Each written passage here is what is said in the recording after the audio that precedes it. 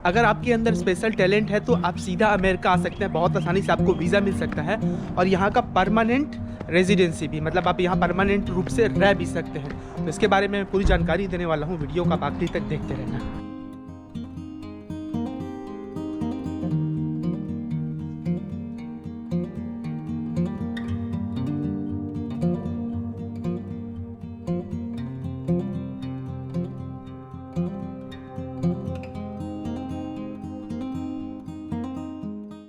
तो अमेरिका के धरती से जोहार दोस्तों। अगर आप मेरे चैनल में पहली बार आए हैं तो मैं बता दूं कि मैं रहता हूं अमेरिका में हूं, भारत के एक छोटे से गांव से, और यहां अमेरिका में काम करता हूं, पढ़ाई करता हूं।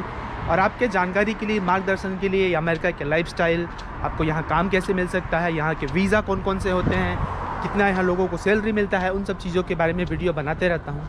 तो बहुत स्वागत है मेरे चैनल में, अगर आप पहली बार आए हैं तो। और अगर आपने चैनल को अभी तक सब्सक्राइब नहीं किया है तो सब्सक्राइब ज़रूर कर लेना। मैं आप जैसे छोटे गांव, छोटे शहरों के लोगों के लिए ही वीडियो बनाते रहता हूँ। साथ ही मैं आप लोगों से ये भी पूछता हूँ कि अगर आप चाहते हैं कि मैं आपका नाम लूँ तो आप मुझे कमेंट में अपना नाम, अपने गाँव का नाम ज़रूर बताएं, मुझे अच्छा लगता है आपका नाम लेने से। तो आज का कुछ नाम है, आकाश उत्तर प्रदेश से है, बहुत शुक्रिया चैनल से जुड़े रहने के लिए। विनीत दिल्ली से हैं, अमन कुमार बलिया से हैं, श्याम, इंद्रेश गौतम, जय भीम, विजय पांडे। अमन उसने कहा था कि मैं उसके दादाजी का नाम लूं। उसके दादाजी फोर्स में थे, रिटायर हो चुके हैं। दादाजी को जोहार करना मेरी ओर से। तो बहुत बहुत शुक्रिया आप सबका चैनल को सब्सक्राइब करने के लिए और वीडियो को सपोर्ट करते रहने के लिए। और आप चाहते हैं कि मैं इस तरीके की वीडियो बनाऊं ताकि तुमको थोड़ा बहुत मदद मिल सके, तो प्लीज़ अपने दोस्तों के साथ शेयर करना और वीडियो से जुड़े रहना, कमेंट करते रहना।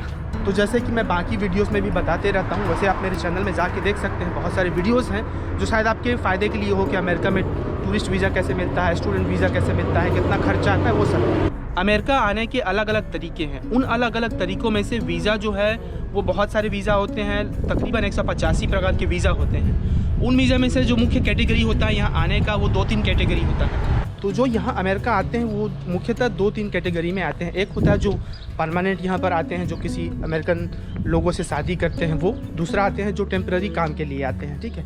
तो ये जो कैटेगरी होता है, एक और कैटेगरी है, उसको बोलते हैं ईबी। ईबी का मतलब होता है एम्प्लॉयमेंट बेस्ड वीज़ा। तो उसमें आपको सीधा यहाँ काम मिलता है, और वो काम ऐसा काम होता है जिसमें आपको सीधा यहाँ का परमानेंट रेजिडेंसी मिल जाता है। मतलब आप यहाँ परमानेंट रह सकते हैं। वो टेम्पररी काम टाइप का नहीं होता है या टेम्पररी वीज़ा नहीं होता है। तो वो कितना अच्छा है ना। तो उसी कैटेगरी में बहुत सारे वीज़ा होते हैं, तो मैं एक एक करके सबके बारे में बताता जाऊँगा।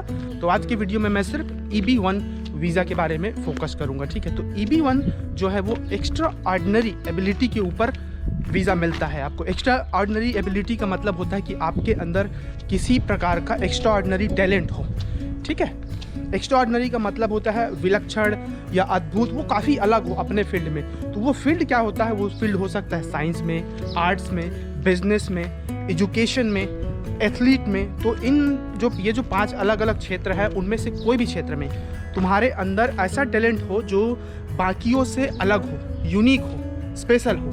तो अगर आपके अंदर वो टैलेंट है तो आप निश्चित रूप से सीधा अमेरिका आ सकते हैं। यहाँ के जो एम्प्लॉयमेंट बेस्ड वीज़ा है उसके लिए अप्लाई कर सकते हैं। तो ये जो EB-1 वीज़ा होता है, एम्प्लॉयमेंट बेस्ड वीज़ा, उसमें 2 कैटेगरी होता है। एक जो पहला होता है वो होता है एक्स्ट्रा ऑर्डिनरी एबिलिटी के आधार पर, कि जैसे तुमने कोई ऑस्कर जीता हो, पद्मश्री, या मतलब कोई भी जो बड़ा अवार्ड हो जो राष्ट्रीय स्तर पर और अंतर्राष्ट्रीय स्तर पर जिसकी मान्यता हो। तो उस तरीके के जो कैटेगरी होते हैं वो किसी भी क्षेत्र में हो सकता है, जैसे मैंने बताया 5 जो अलग अलग क्षेत्र है उसमें। वैसे ही दूसरा इसका कैटेगरी जो होता है वो है आउटस्टैंडिंग प्रोफेसर और रिसर्चर। उसका मतलब है कि आप जहाँ पर जो पढ़ाते हैं, प्रोफेसर हैं, या जो भी रिसर्च कर रहे हैं, खोज कर रहे हैं, वो बहुत यूनिक हो और बहुत स्पेशल हो, और इसको आपको प्रूव करना पड़ता है। तो वो जब वीज़ा के लिए आप अप्लाई करते हैं तो आपको बहुत सारे डॉक्यूमेंट सबमिट करने होते हैं प्रूफ के तौर पर कि क्यों और किस तरीके से आप आउटस्टैंडिंग है या ज़्यादा यूनिक है, बेहतर है। तो एक्स्ट्रा ऑर्डिनरी एबिलिटी के एविडेंस के लिए, मतलब आपके अंदर विलक्षण प्रतिभा है, उसके लिए जैसे वो जो 5 क्षेत्र है, science, arts, education, business, athlete, उसमें तो आपको सबमिट करना होता है 3 डॉक्यूमेंट्स एटलीस्ट, मतलब वैसे तो 10 उसके जो एविडेंस है वो देना होता है, लेकिन कम से कम 3 आपको मिलना हो। उसका लिस्ट जो है मैं उनका जो लिंक है मैं अपने डिस्क्रिप्शन बॉक्स में दे दूंगा वीडियो के, तो आप देख सकते हैं वो क्या क्या जो एविडेंस है देना पड़ता है। वैसे ही आउटस्टैंडिंग जो प्रोफेसर होते हैं या रिसर्च करने वाले हैं उनको 6 में से 2 एविडेंस देना होता है। वैसे 6 है तो ज़्यादा जल्दी हो सकता है सिलेक्शन, लेकिन कम से कम 2 अनिवार्य होता है। उसका लिस्ट भी मैं, उसका जो लिंक है वो दे दूंगा मैं यहाँ पर। वैसे आप अगर चाहें तो डिटेल में जानकारी तो आप USCIS के जो ऑफिशियल वेबसाइट है वहाँ पर जाकर ये पूरी जानकारी देख सकते हैं। सबको एक्सप्लेन करूँगा तो बहुत लंबा हो जाएगा वीडियो। यार मेरे बाल बहुत उलझ से गए हैं, मेरे बाल की ओर ध्यान मत देना, वैसे ये पागल जैसे रहता है वैसे भी। ये भी एक स्पेशल टैलेंट है। नहीं स्पेशल टैलेंट नहीं है, नहीं तो फिर तुम सब बाल बढ़ाने लगोगे और मेरे को बोलोगे कि मेरे पास भी एक्स्ट्रा ऑर्डिनरी टैलेंट है, मेरा कोई वीज़ा क्यों नहीं मिल रहा है। खैर, तो इस वीज़ा में फिर आप जब अप्लाई करते हैं तो इसका ड्यूरेशन जो है 6 से 8 महीने का होता है। 8 महीना लगभग लग जाता है इसको आपको पूरा अप्रूवल मिलने में।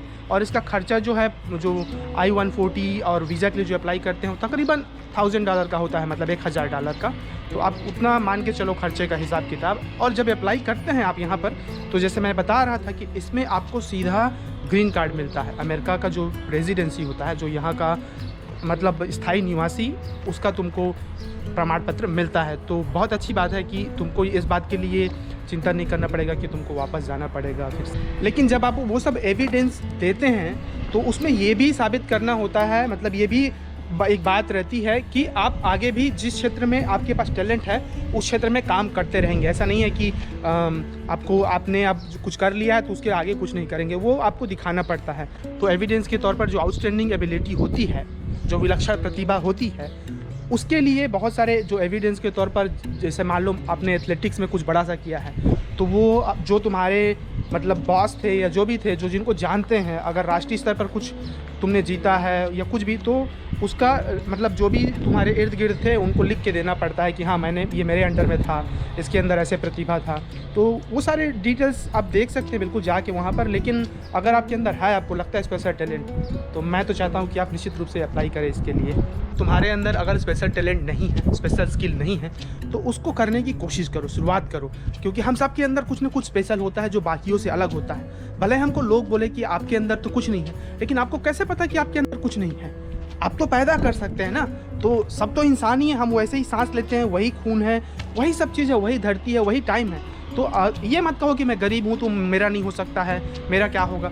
तुम उस टैलेंट को, अपने अंदर की प्रतिभा को निकालते रहो, जितनी ज़्यादा कोशिश हो। बाकी होना नहीं होना तो अलग बात है। इसलिए मैं हमेशा इनकरेज करता हूँ कि जो गांव के लोग हैं, इसलिए मैं छोटा छोटा वीडियो भी बनाता हूँ कि आप बिल्कुल कोशिश कीजिए। कोशिश करने वालों की हार नहीं होती, ऐसा बोलते हैं ना, तो वो ऐसे ही नहीं है कि कोशिश नहीं करोगे तो कुछ नहीं होगा। अपने हिस्से का ज़रूर कीजिए।